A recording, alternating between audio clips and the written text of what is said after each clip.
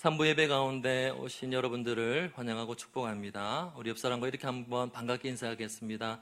당신은 소중한 사람입니다. 우리 다시 한번 하겠습니다. 하나님의 은혜가 늘 함께 하시길 기도합니다. 저 보지 마시고요. 어느 한 남자가 두 자녀를 데리고 지하철을 탔습니다. 남자는 마침 빈자리에 앉았고 아이들은 신발을 신은 채로 의자 위에 올라가서 뛰놀기 시작을 했습니다. 조용하던 지하철 안은 갑자기 아이들의 떠드는 소리로 가득하게 되었습니다. 그런데 이 아빠는 어떻게 된 일인지 아이들을 제지하지 않는 것이었습니다.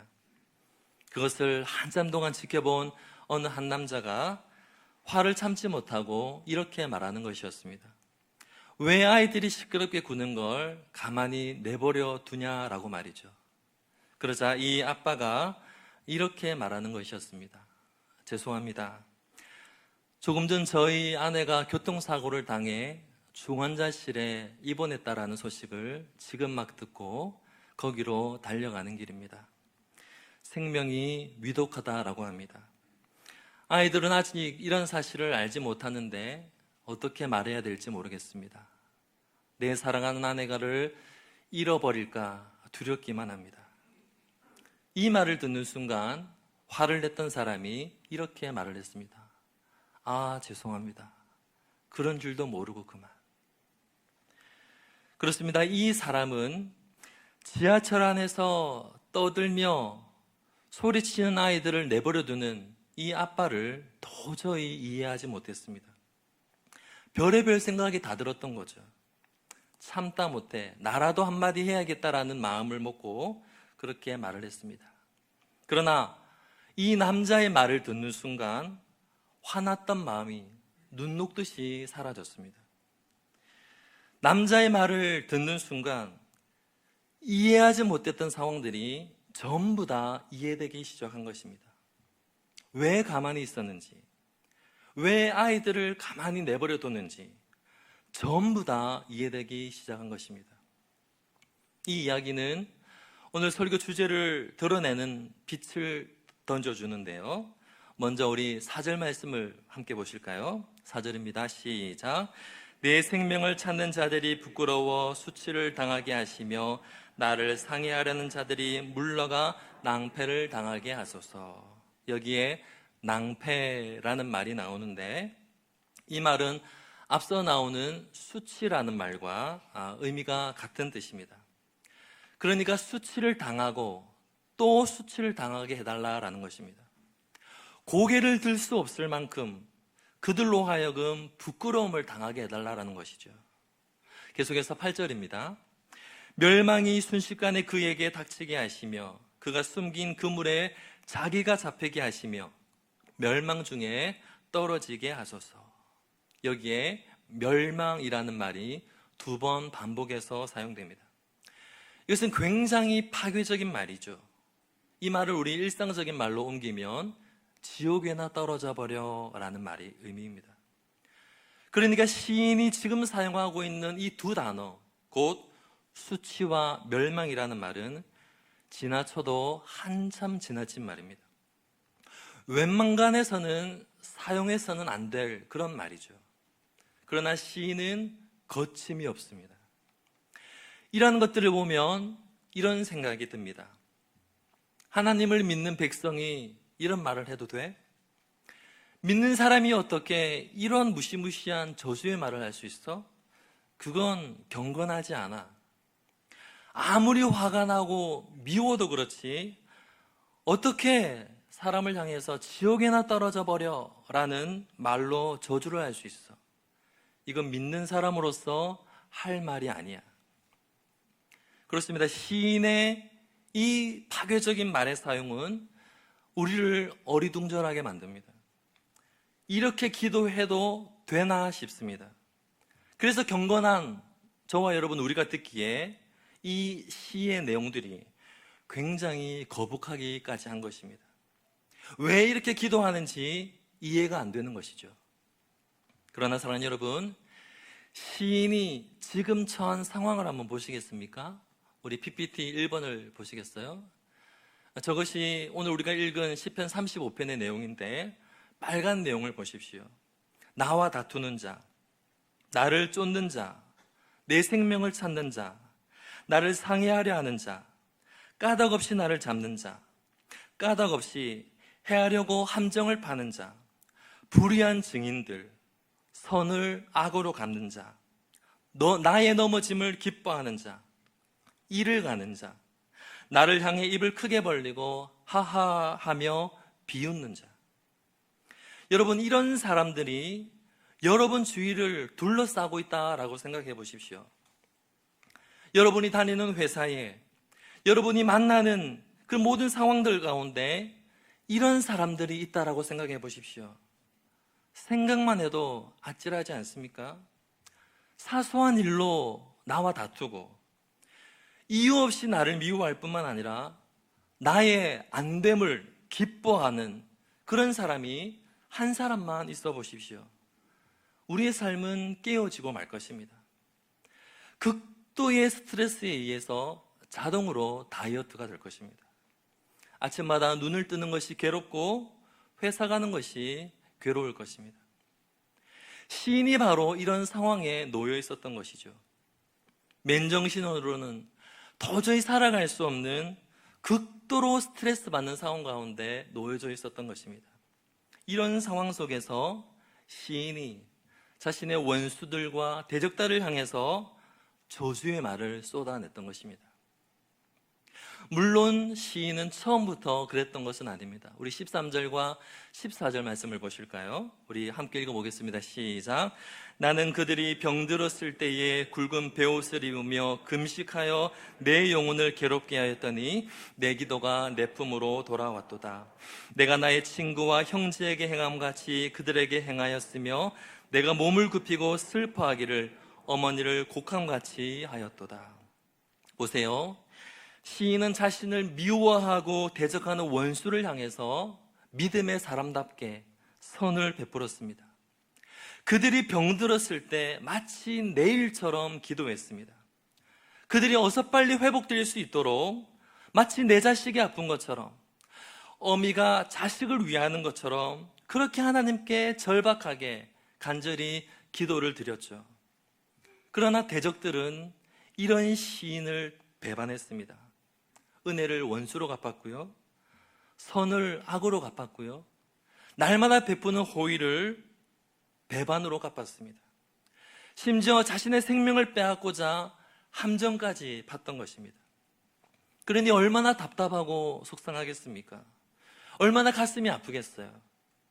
선이 악으로 돌아오고 사랑이 미움으로 되돌아오는 것 때문에 가슴이 찢어질 만큼 아프고 고통스러웠을 것입니다.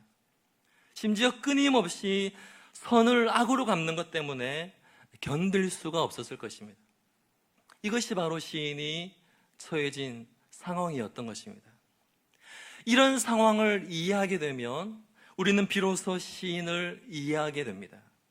왜 감정을 숨김없이 모조리 다 드러내면서 이런 거친 말로 하나님께 기도를 드렸는지 말입니다. 사랑하는 여러분, 우리는 여기서 대단히 중요한 두 가지 영적 교훈에 대해서 배우는데요. 그 첫 번째는 모든 사람은 사연이 있다라는 사실입니다. 모든 사람은 사연이 있다. 한 여자 성도님이 계셨습니다. 그분은 매일 새벽 기도회에 나오셨어요. 허름한 옷에 허름한 모습으로 그렇게 나오셨습니다. 늦게까지 기도하셨고 기도할 때마다 날마다 그렇게 울면서 기도하셨습니다. 그러다 시간이 흘러 저희 교구가 되었습니다. 첫 신방을 하면서 그분에 대한 저의 오해가 다 깨어지기 시작을 했습니다. 그분은요, 서울대 출신의 대기업을 다니던 분이셨습니다. 그런데 그런 분이 그렇게 허름하게 옷을 입고 다니셨던 것입니다. 계속해서 궁금한 내용들을 물어봤습니다. 어떤 기도 제목으로 그렇게 새벽마다 눈물로 기도를 하시는지 말이죠. 그랬더니 이렇게 말씀하시는 것이었어요. 언니 내 때문이라고. 언니가 알츠하이머에 걸렸고 심지어 환청까지 듣는다라고 했습니다. 이런 상황들 가운데 두 조카들을 케어할 수가 없어서 그 아이들을 다 자기 집에 데려와서 이 본인을 포함해서 6명의 대식구들을 살림하신다라고 말씀하셨습니다. 그런 거에 대한 수고는 고사하고 이 언니에 대한 안타까움으로 작정 새벽 기도 중이었고, 언니를 생각하면 그렇게 마음이 아프고 찢어질 만큼 눈물이 난다라고 했던 것입니다. 그러니까 이분은 언니네 사정으로 인해 말로 다할 수 없는 마음의 괴로움을 안고 눈물로 하나님의 은혜와 응답을 사모하며 기다리고 계시는 믿음의 사람이었던 것입니다. 자신의 그 똑똑하고 잘난 머리로 자신의 문제들을 해결하기보다 마치 아무것도 할 수 없는 것처럼 하나님께만 도움을 구하는 심령이 가난한 사람이었던 것이죠. 이러한 사실들을 알게 되면서 그분이 갑자기 오랫동안 알아왔던 친근한 사람처럼 느껴졌습니다. 그분의 형편과 사정들을 듣고 있으니까 예전처럼 느껴지지 않았습니다. 그분의 행동들이, 그분의 말들이 전부 다 이해되기 시작된 것입니다. 그분을 향한 저의 물음표들은 느낌표로 바뀌었고, 그분에 대한 오해는 이해로 바뀌게 되었습니다. 그리고 14절의 시인처럼 나의 친구와 나의 형제를 행함 같이 그렇게 간절한 기도가 나오게 되었습니다. 이것은 여러분들도 마찬가지일 것입니다. 여러분들도 직장 생활을 하시다 보면 이해되지 않는 사람들이 있을 것입니다. 속으로 왜 저럴까 하는 분들이 계실 것입니다. 내 머리와 내 상식으로는 도무지 납득되지 않고 이해되지 않게 말하고 행동하는 사람들이 많을 것입니다. 이상한 우영우들이 많을 것입니다. 할 수만 있다라면 가까이 하고 싶지 않을 것입니다. 신앙생활도 마찬가지일 것입니다. 같이 신앙생활하고 공동체 생활을 하다 보면 잘 이해가 되지 않는 분이 계실 것입니다. 왜 꼭 저런 식으로 말씀하시는지, 왜 저렇게 예민하신지, 왜 저렇게 고집이 세고 까다로운지, 왜 그냥 넘어가는 법이 없는지 잘 이해되지 않는 이상한 분들이 계실 것입니다. 그러나 그분의 속사정과 그럴 수밖에 없는 사정들을 알게 된다면 우리는 더 이상 오해하지 않게 될 것입니다. 이해된 마음으로 그분을 바라보게 될 것입니다. 심지어 오해하는 사람들을 향해서 기꺼이 대변자가 되어줄 것입니다.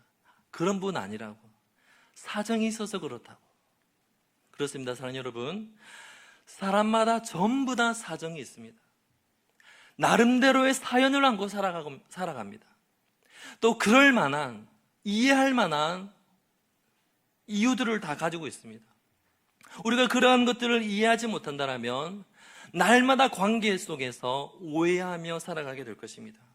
우리 눈에 보이는 대로 그 사람의 이미지가 마치 전부인 것처럼 오해한 채로 살아가게 될 것입니다. 우리 PPT 2번을 보시겠습니까? 오은영 박사의 금쪽 상담을 보시면 거기에 수많은 화려한 스타들이 나옵니다. 나름대로 각자의 자리에서 성공해서 굉장히 잘 살아가고 행복한 것처럼 보이죠. 부족함이 없는 것처럼 보입니다. 그러나 그것은 얼마나 피상적인 모습인지 모릅니다. 왜냐하면 밝음 뒤에 슬픔이, 성공 뒤엔 불안이, 웃음 뒤엔 낙심이, 또 화장 뒤엔 눈물이 감춰져 있기 때문이죠. 만일 그들이 용기 있게 자신의 아픔과 약점들과 고민들을 솔직하게 털어놓지 않았다면 우리는 평생 오해하며 살아갔을 것입니다. 남들에게 숨기고 싶고 차마 쉽게 할 수 없는 개인사와 가정사의 문제와 같이 지극히 개인적인 이야기들을 우리에게 들려주지 않았다면 우리는 겉에 보이는 모습을 보며 오해했을 것입니다. 그러나 그분들의 사정과 그럴 수밖에 없는 사정을 듣게 되면 우리는 이해가 되기 시작하는 것입니다. 아, 보이는 모습이 전부가 아니었구나. 저런 딱한 눈물을 삼키며 지금까지 살아가고 있었구나. 아무런 걱정 없이 잘 사는 줄 알았더니 저렇게 속으로는 깊은 마음의 눈물과 아픔을 짊어지고 살아가고 있었구나 하며 이해가 되는 것이죠. 이것은 하나님도 마찬가지입니다. 하나님은 우리의 겉모습만 보고 판단하지 않으세요. 오히려 그분은 우리의 모든 사정과 형편을 다 아십니다. 그래서 하나님께서는 다윗을 향해 왜 이렇게 거친 언어로 기도를 하느냐고, 왜 저주 섞인 기도를 하느냐고 나무라지 않으셨던 거예요. 왜냐하면 다윗을 아시니까. 다윗이 지금 어떤 상황 속에서 어떤 고난과 눈물의 계곡을 지나가고 있는지 아시니까 그의 소리들을 전부 다 들어주고 계셨던 것입니다. 그래, 내가 너를 안다. 내가 너의 속상함을 안다. 내가 너의 괴로움을 안다라는 것입니다. 그 하나님 앞에 다윗은 자신의 솔직한 감정을 숨김없이 아뢰고 있었던 것입니다. 바리새인들처럼 경건한 척, 괜찮은 척, 아무렇지도 않은 척 하지 않았던 것이죠. 오히려 우리를 온전히 이해하시는 그 하나님 앞에 내 모든 감정들을 날 것 그대로 숨김없이 전부 다 아뢰고 있었던 것입니다. 왜냐하면 우리 하나님은 우리를 온전히 이해하실 뿐만 아니라 우리의 아픔과 눈물을 있는 그대로 받아주시는 자비로우신 하나님 아버지이시기 때문입니다. 이 대목에 이르러서 이런 찬양이 떠올랐습니다. 주 예수께 조용히 나가 내 마음을 쏟아놓으라. 늘은 미리 보시는 주님 그 은혜를 베푸시리. 그렇습니다. 사랑하는 여러분, 우리의 모든 사정을 아시고 우리의 모든 것을 이해하시는 그 사랑이 풍성하신 우리 하나님 앞에 우리의 아픔과 상한 마음까지라도 다 쏟아놓을 수 있기를 주님의 이름으로 축복합니다. 그 하나님이 여러분의 마음을 이해해 주실 것입니다. 그리고 하나님께서 우리를 친히 받아주시고 우리를 온전히 이해해 주셨던 것처럼 우리들 역시 우리 옆에 앉아있는 형제 자매들, 우리 지체들, 우리 구역 식구들, 우리 사랑하는 성도님들을 이해하며 살아갈 수 있기를 주님의 이름으로 축복합니다. 무슨 말 못할 사정이 있겠지, 어떤 사정이 있어서 그렇겠지, 내가 모르는 뭔가가 있겠지 하며 이해하며 헤아리며 살아가는 우리 모두가 다 될 수 있기를 바랍니다. 그 헤아리는 헤아림으로 하나님이 저와 여러분 우리를 헤아려 주실 줄로 믿습니다. 두 번째는 고난도 우리의 선을 위해 바꾸신다라는 사실입니다. 고난도 우리를 위해 선으로 바꾸신다. 오늘 우리 7절 말씀을 보실까요? 우리 7절 말씀을 함께 보겠습니다. 시작. 그들이 까닭없이 나를 잡으려고 그들의 그물을 웅덩이에 숨기며 까닭없이 내 생명을 해하려고 함정을 받사오니. 여기에 까닭없이라는 말이 반복해서 2번 나옵니다. 시인은 생각하기를요, 지금 자기가 당하고 있는 고난과 눈물들이 모두 다 까닭이 없다라고 생각을 했습니다. 이유 없이 대적들이 나를 괴롭힌다라고 생각을 했던 것이죠. 이유 없이 나와 다투고, 이유 없이 나를 쫓고, 이유 없이 내 생명을 빼앗으려 하고, 이유 없이 나를 미워한다라고 생각을 했습니다. 심지어 자신이 선을 행했음에도 불구하고 악으로 갚는다라고 가슴 아파했습니다. 그렇게 잘해주고 그렇게 아꼈던 사람이 배신을 한 것입니다. 그러니 그 충격이 얼마나 크게 다가오겠습니까? 아마도 마음이 너무나도 괴로운 나머지 불면증에 시달렸을 것입니다. 그래서 하나님께 이렇게 원망했던 것이에요. 하나님, 왜 까닭없이 이런 고난을 내게 주시는 것입니까? 왜 이유 없는 고난들을 겪게 하시는 것입니까? 요셉이 정확히 그랬죠. 요셉은 형들의 미움을 받아 노예로 팔렸습니다.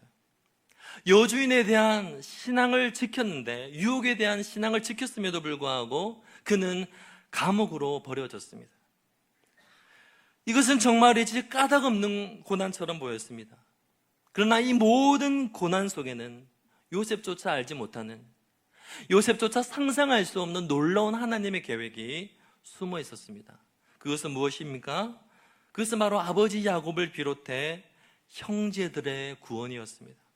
그래서 나중에 요셉은 이렇게 고백했던 것이죠. 창세기 45장 5절 말씀에 당신이 나를 이곳에 팔았다고 해서 근심하지 마소서, 한탄하지 마소서. 하나님이 생명을 구하시려고 나를 당신들보다 먼저 보내셨나이다. 그렇습니다, 사랑하는 여러분. 아무리 생각해도 까닭을 모르겠다라고 할 수 있습니다. 그럴 때마다 우리는 하나님의 이 약속의 말씀을 생명처럼 붙들어야 합니다. 그 약속의 말씀은 바로 로마서 8장 26절 말씀인데요. 우리 한 목소리로 읽어보실까요? 시작. 우리가 알거니와 하나님을 사랑하는 자, 곧 뜻대로 부르심을 입은 자들에게는 모든 것이 합력하여 선을 이루느니라. 아멘. 이 말씀을 읽는 순간 우리에게 찾아오는 고난들이 이해되기 시작합니다. 이 말씀을 듣는 순간 전에는 도무지 이해되지 않았던 일들이 풀리기 시작하는 것입니다. 그것은 바로 우리에게 일어나는 그 모든 일들 하나하나가 우연이 없다라는 사실입니다. 우리에게 일어나는 그 모든 일들은 우리가 보기에는 아무렇게나 일어나는 일같이 보이지만, 그러나 그 모든 일 속에는 우리를 향하신 실패하지 않는 하나님의 계획이 있다라는 사실입니다. 물론 지금은 다 이해할 수 없죠. 지금은 다 알 수 없습니다. 왜 내가 형들에게 미움을 받았는지, 왜 내가 구덩이에 버려지고 노예로 팔려가야만 했는지, 왜 신앙을 지키는 대가로 감옥에 갇혀야 하는지, 왜 억울한 누명을 써야 했는지, 왜 선을 베풀었지만 나는 잊혀지고 마는지, 아무리 생각해도 나에게 일어나는 이 억울한 일들이 이해가 되지 않는 거죠. 요셉에게 일어나는 일들을 보면 정말 우연히 아무렇게나 일어나는 것 같습니다. 그러나 요셉에게 일어나는 그 모든 일들은, 하나부터 열까지 그 모든 일들은 야곱의 온 가족을 구원하시기 위한 하나님의 철저한 계획 아래서 일어났던 일이었던 것입니다. 그리고 그 모든 일들은 합력해서 선이 되었던 것입니다. 요셉에게 일어났던 그 모든 일들은 버릴 것이 없었어요. 쓸데없는 일들은 없었어요. 조각조각이었지만 합쳐보니까 완성된 퍼즐을 위한 조각이었던 것이고, 까닭없이 일어났던 그 모든 일들은 실은 나 자신과 우리 가족을 구원하기 위한 하나님의 계획의 도구였던 것입니다. 시인은 왜 까닭없이 사람들이 나를 미워하는지 원망합니다. 괴로워합니다. 그러나 다 이유가 있습니다. 어떤 이유들이 있을까요? 우리 첫 번째 이유는 10절인데요. 우리 10절 말씀을 우리 한 목소리로 읽어보겠습니다. 시작. 내 모든 뼈가 이르기를 여호와와 같은 이가 누구냐? 그는 가난한 자를 그보다 강한 자에게 건지시고 가난하고 궁핍한 자를 노력하는 자에게서 건지시느니라 하리로다. 보세요. 쓸데없고 전부 무익해 보이던 고난들이 시인을 어떻게 만들었습니까? 하나님을 향하게 만들었습니다. 내 모든 뼈들이 하나님을 향하게 만들었다라고 말씀하고 있습니다. 이것은 내 마음과 내 심령과 내 영혼이 온전히 하나님께만 향하고 있다라는 뜻이죠. 보세요. 고난의 다윗으로 하여금 하나님을 향하게 만들었던 것입니다. 그러니 그 고난도 우리에게는 유익한 것입니다. 우리로 하여금 하나님을 의지하게 만들었기 때문이죠. 두 번째 이유는 13절인데요. 우리 13절도 같이 읽어보겠습니다. 시작. 나는 그들이 병들었을 때에 굵은 베옷을 입으며 금식하여 내 영혼을 괴롭게 하였더니 내 기도가 내 품으로 돌아왔도다. 시인은 하나님의 사람답게 여러분처럼 선을 악으로 이기며 원수들을 향해서 기도했습니다. 그러나 원수들은 끊임없이 배신했죠. 그러나 이 기도들은 어떻게 되었습니까? 원수들을 향했던 기도가 다 땅에 떨어졌습니까? 공중에 흩어져서 사라졌습니까? 아닙니다.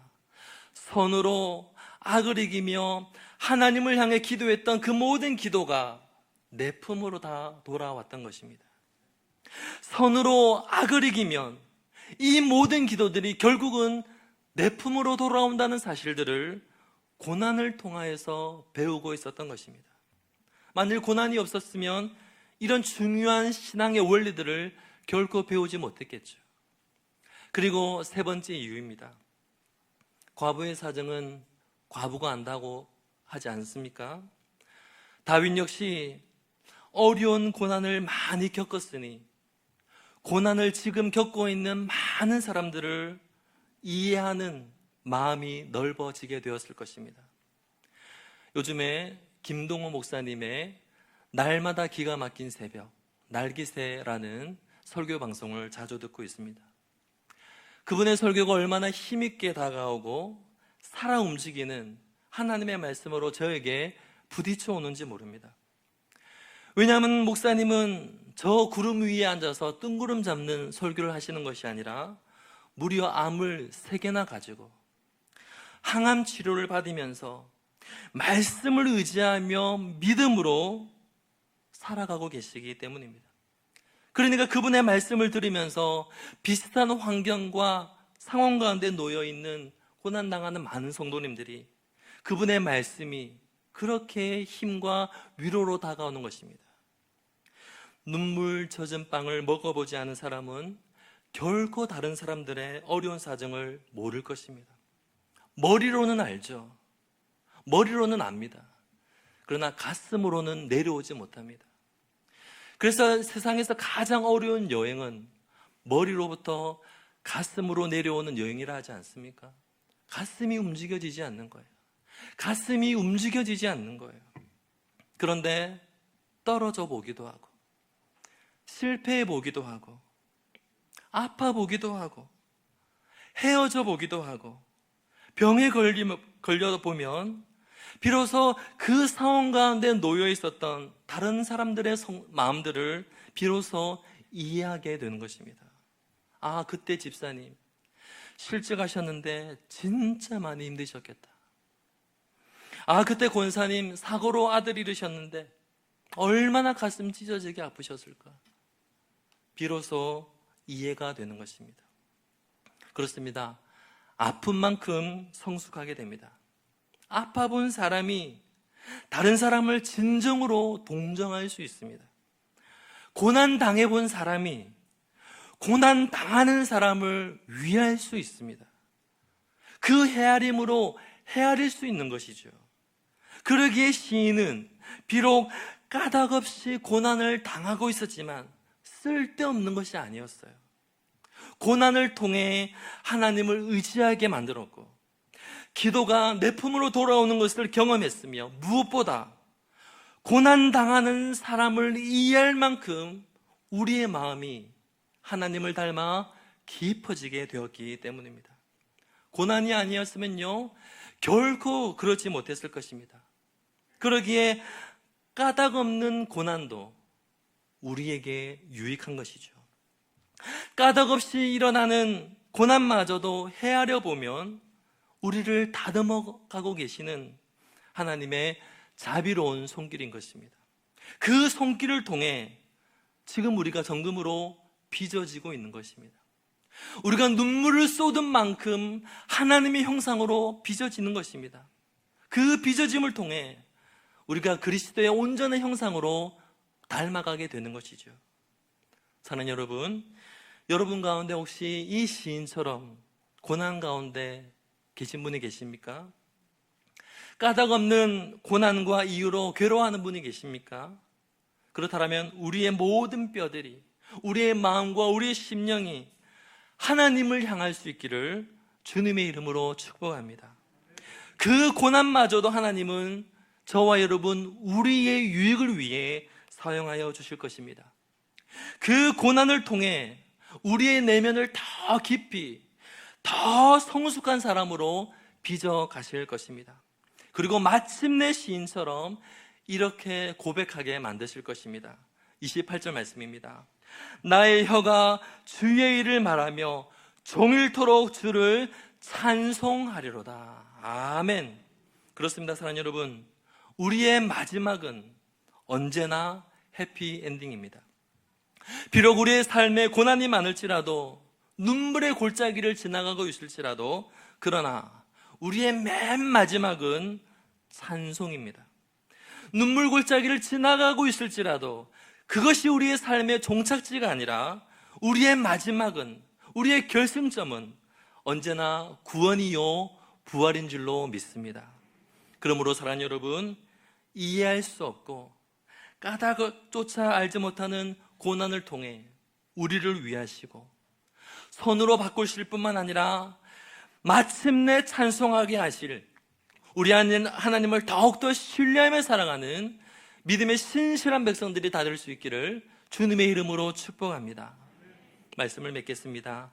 시인은 여전히 해결되지 않는 고난과 아픔 가운데 있습니다. 그러나 시인은 9절에서 오늘 설교의 제목과 같이 이렇게 말씀합니다. 내 영혼이 여호와를 즐거워하며 그의 구원을 기뻐하리로다. 그렇습니다. 고통 중에도, 눈물 중에도, 아픔 중에도 여전히 즐거워할 수 있는 이유는 구원하시는 우리 하나님 때문입니다. 우리의 고통을 외면하지 않으시는 하나님, 우리의 깊은 탄식을 이해하시는 하나님, 고통을 통해서라도 우리를 더 깊은 성숙으로 이끄시는 하나님, 그리고 마침내 우리를 구원하실 그 좋으신 하나님이 성령으로 지금 여기에 우리와 함께하는 줄로 믿습니다. 그러므로 사랑하는 여러분, 우리도 시인처럼 고난 중이라도 하나님을 더욱더 신뢰하며 하나님을 우리의 도움으로 삼으며 살아가는 믿음의 신실한 백성들 다 될 수 있기를 주님의 이름으로 축복합니다. 우리의 영혼을 마침내 구원하실 우리 하나님을 찬양하며 사랑하는 존귀한 백성들 다 될 수 있기를 주님의 이름으로 축복합니다. 기도하겠습니다.